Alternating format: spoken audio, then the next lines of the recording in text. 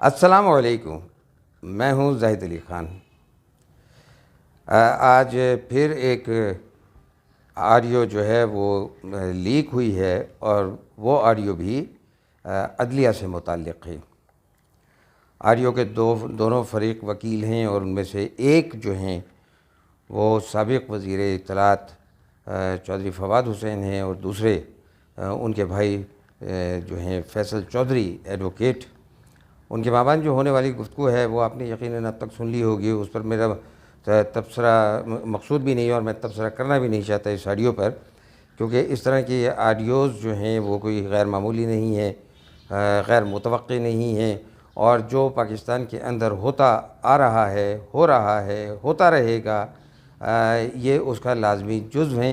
فرق صرف اتنا ہے کہ اب عوام دانتوں میں انگلیاں دابے دیکھ رہی ہے کہ اس ملک کو چلایا کیسے جاتا ہے، چلایا کیسے جاتا رہا، اور آئندہ بھی اس میں اصلاح کی کوئی گنجائش نہیں ہے، کوئی آثار نہیں ہے، کوئی امکان نہیں ہے، کوئی کوشش نہیں ہے۔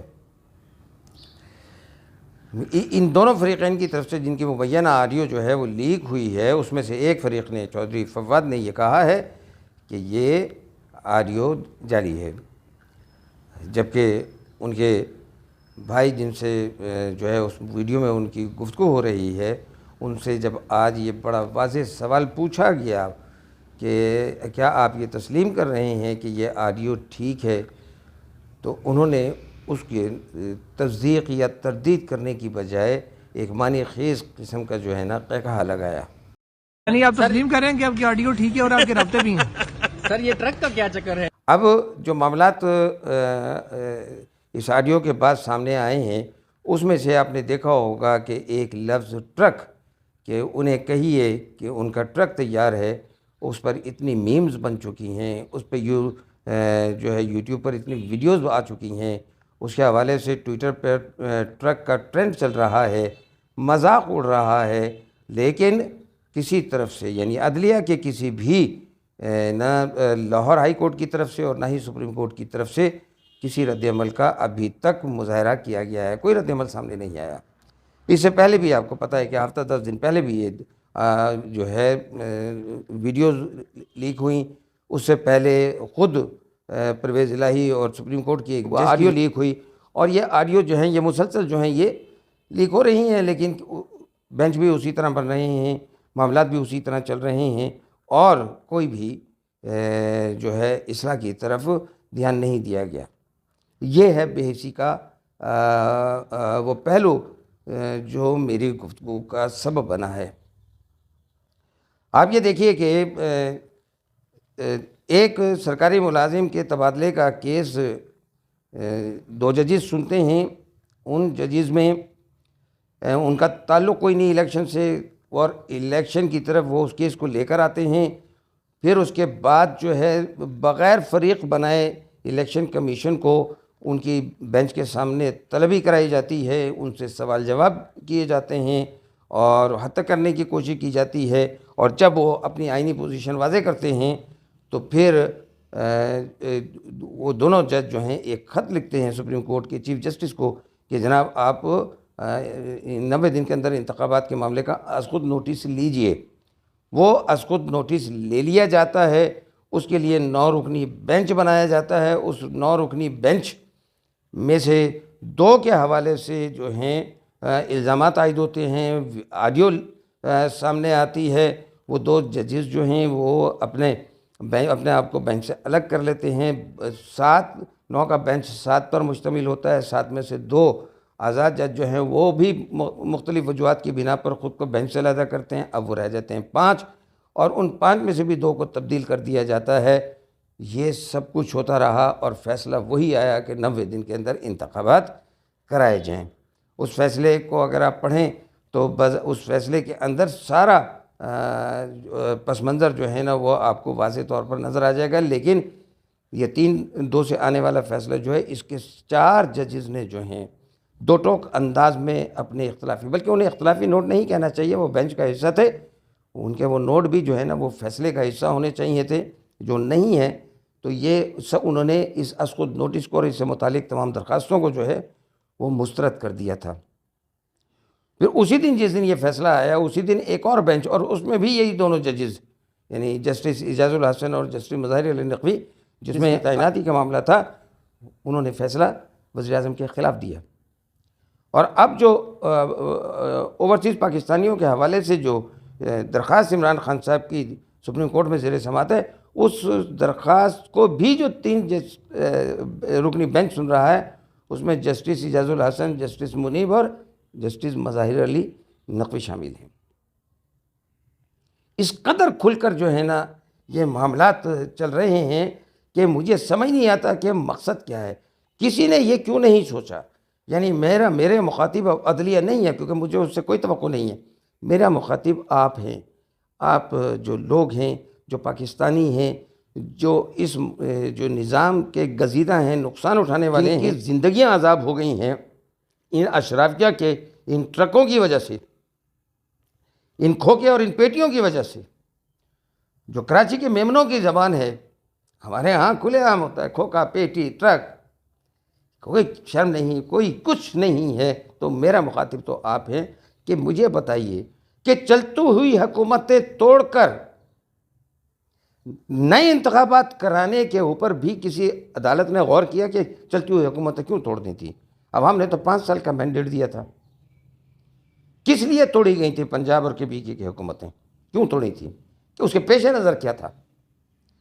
اور عدالتوں نے اس سوال کو، جو کہ خود جو ہے 4 ججز نے یہ سوال اٹھایا کہ پہلے، اور جسٹس اطہر منی اللہ نے تو بہت دو ٹوک انداز میں کہا کہ اس سوال کا پہلے جواب ہوگا اور اس کے بعد پھر یہ معاملہ آئے گا کہ 90 دن میں الیکشن جو ہیں وہ کرانے ضروری ہیں آئین کے مطابق، تو اس کا فیصلہ کریں گے۔ پہلے تو یہ کہ اسمبلیاں کیوں توڑی گئیں؟ میرا بھی یہی سوال ہے کہ کسی نے پوچھا کہ یہ اسمبلیاں کیوں توڑیں؟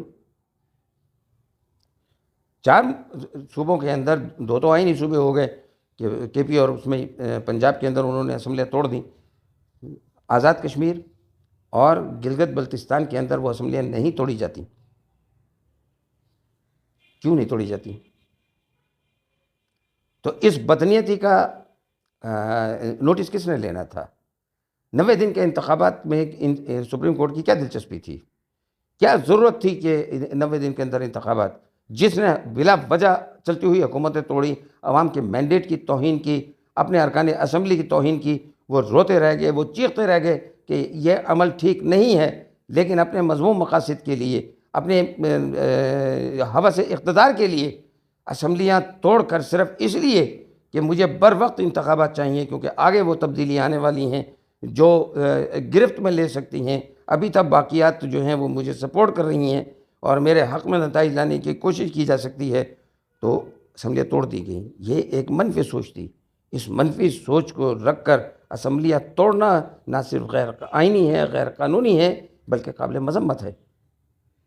جب تک اس سوال کا جواب عدالتیں نہیں لیں گی، 90 دن کے الیکشن کے فیصلے کی کوئی حیثیت نہیں ہے۔ جس طرح بھٹو صاحب کو پھانسی دینے کا سپریم کورٹ کا فیصلہ کبھی پریسیڈنٹ نہیں بن سکا، یہ فیصلہ بھی جو ہے ردی کا ٹوکری میں جائے گا۔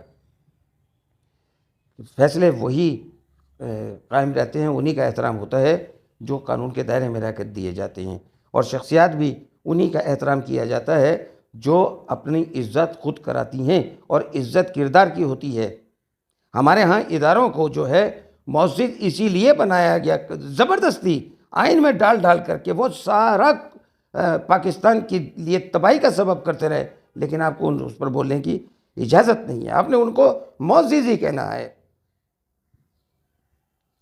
اب یہ سلسلہ ختم ہو رہا ہے آہستہ آہستہ۔ آپ دیکھ رہے ہیں کہ گلیشیئر پگھل رہے ہیں۔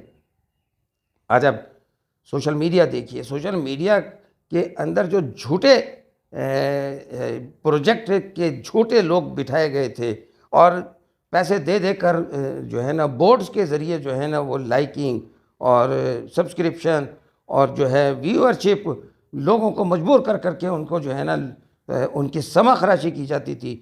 ٹی وی چینلز کے اوپر جو ہے نا صبح سے شام تک ایک ہی نقطہ نظر جو ہے وہ سنوا کر لوگوں کے ذہنوں میں زہر بھرا گیا۔ وہ کیسے آپ کے جو حقوق کا حفاظت کریں گے؟ وہ اپنے پیٹ کی حفاظت کریں گے۔ جس طرح پیٹ بھرنے والوں نے جیل نہیں بھر سکے، اسی طریقے سے پیٹ بھرنے والے اپنا پیٹ نہیں کاٹنے دیں گے آپ کو۔ یہ آپ کو سوچنا ہے۔ اب آپ کو سمجھ آ گئی ہوگی کہ پاکستان میں جنگ کس چیز کی ہے۔ آپ گالیاں دیتے ہیں آئی ایم ایف کو، کبھی آپ آئی ایم ایف کی آپ نے شرائط پڑھی ہیں کہ وہ کہتا کیا ہے؟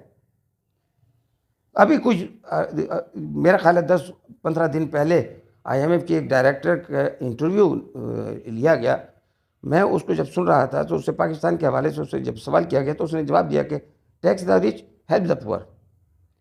اس نے یہ بھی کہا کہ آپ کی 2/3 جو بیوروکریسی ہے، ہر طرح کی بیوروکریسی جو ہے وہ آپ کے کسی کام کی نہیں ہے، وہ کوئی کام نہیں کرتی، آپ نے کیوں رکھی ہوئی ہے؟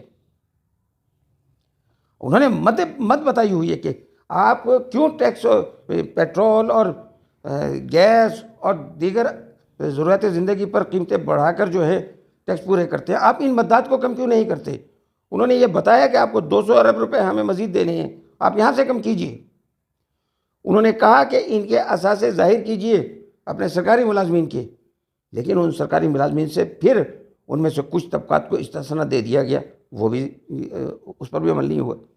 یہ موجودہ حکومت نے کیا ہے۔ تو آئی ایم ایف کی شرائط جو آپ کو جن بنا کر پیش کیا جاتا ہے کہ ایک دفعہ وہ اصلاحات کر لے جو وہ چاہتی ہے، اور وہ وہی اصلاحات ہیں جو یورپ کے معاشرے کے اندر ہوئیں اور وہاں عوام کی حکمرانی قائم ہو گئی۔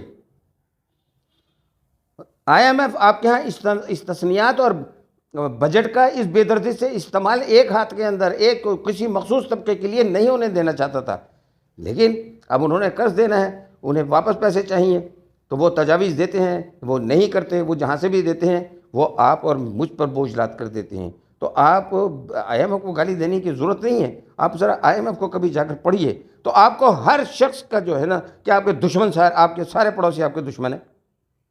نبی کریم صلی اللہ علیہ وآلہ وسلم جس وقت ہجرت کر کے مدینہ منورہ تشریف لے گئے، جو اس وقت یثرب کہلاتا تھا، تو آپ راتوں کو بھی باہر نکل کر جو ہے نا جو قبائل تھے یہودیوں کے، ان سے ملاقاتیں کرتے تھے، ان سے تعلقات قائم کرنے کی کوشش کرتے تھے۔ پڑوسیوں سے ہمیشہ اچھے تعلقات رکھنے کی کوشش کی جاتی ہے۔ آپ کے ہاں سبزی نہیں ہے، آپ کے ہاں اجناس نہیں ہے، آپ کے ہاں گندم نہیں ہے، آپ کے ہاں گیس نہیں ہے، آپ پڑوسی سے پیٹرول نہیں لے سکتے، آپ پڑوسی سے گیس نہیں لے سکتے، آپ پڑوسی سے پیاز نہیں لے سکتے، لیکن عوام کی زندگی آپ نے زیرن کی ہوئی ہے۔ یہ سب پالیسیاں جو ہیں یہ مخصوص لوگوں کو جو ہے نا اپنے وسائل، پاکستان کے وسائل پر قبضہ رکھنے کے لیے ہیں۔ پاکستان کا وسائل جو ہیں وہ عوام کے ہیں، پاکستان کا جو خزانہ ہے وہ کفیل امت ہے، لیکن وہ کفیل امت تب بنے گا کہ جس وقت آپ یہ سوچیں گے کہ ہمارے ساتھ ہوا کیا ہے۔